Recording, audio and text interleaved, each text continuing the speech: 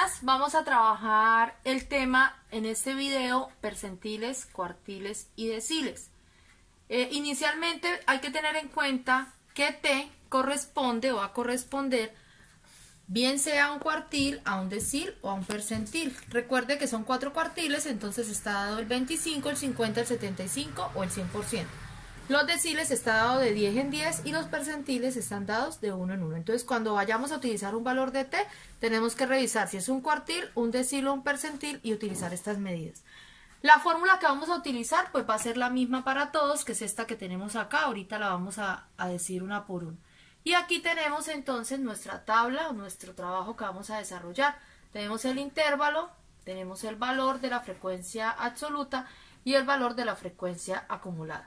Entonces, para los que no recuerdan cómo se halla el valor de la frecuencia acumulada, recuerden que el primer valor lo colocamos inicialmente, luego empezamos 6 más 3, 9, 9 más 3, 5, 9 más 5, 14 y 14 más 6, 20.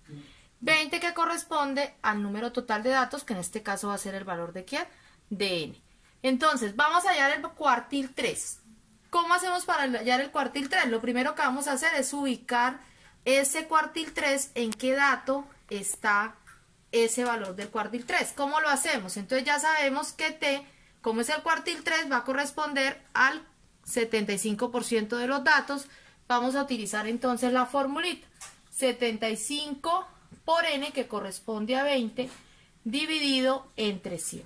Entonces hacemos la operación 75 por 20 dividido entre 100.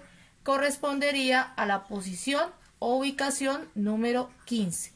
¿Qué nos informa este resultado que acabamos de obtener? Nos informa que debemos ir a la tabla inicial y buscar en la frecuencia acumulada donde aparece el dato número 15. Hasta aquí va el 14, entonces el 15 estaría en esta posición. Y en este intervalo es el que vamos nosotros a utilizar para aplicar la fórmula. ¿Listo? Entonces empiezo a decir una por una. Límite inferior, LI corresponde al límite inferior, quiere decir que en nuestra tabla el límite inferior va a corresponder ¿a cuánto? A 120. Vamos a colocarlo acá. Límite inferior, 120. Luego viene la A. ¿A qué corresponde la A? A la amplitud. ¿La amplitud de quién? Del intervalo que tenemos acá o del intervalo que hemos trabajado, que es 135 menos 120. Por lo tanto, la amplitud va a tener un valor de 15. Vamos a borrar un momentico acá esta parte. Luego que sigue Tn sobre 100, que fue el que acabamos de hallar, que correspondía a 15. Luego recordamos que Nk corresponde a la frecuencia acumulada. Entonces aquí nos dice Nk menos 1. Ese menos 1 corresponde al dato anterior. Si nos vamos acá a la tabla, el dato anterior, ¿quién es? 14. ¿Listo? Ese sería el valor de Nk menos 1. Entonces vamos a escribirlo acá. Nk menos 1 corresponde a 14.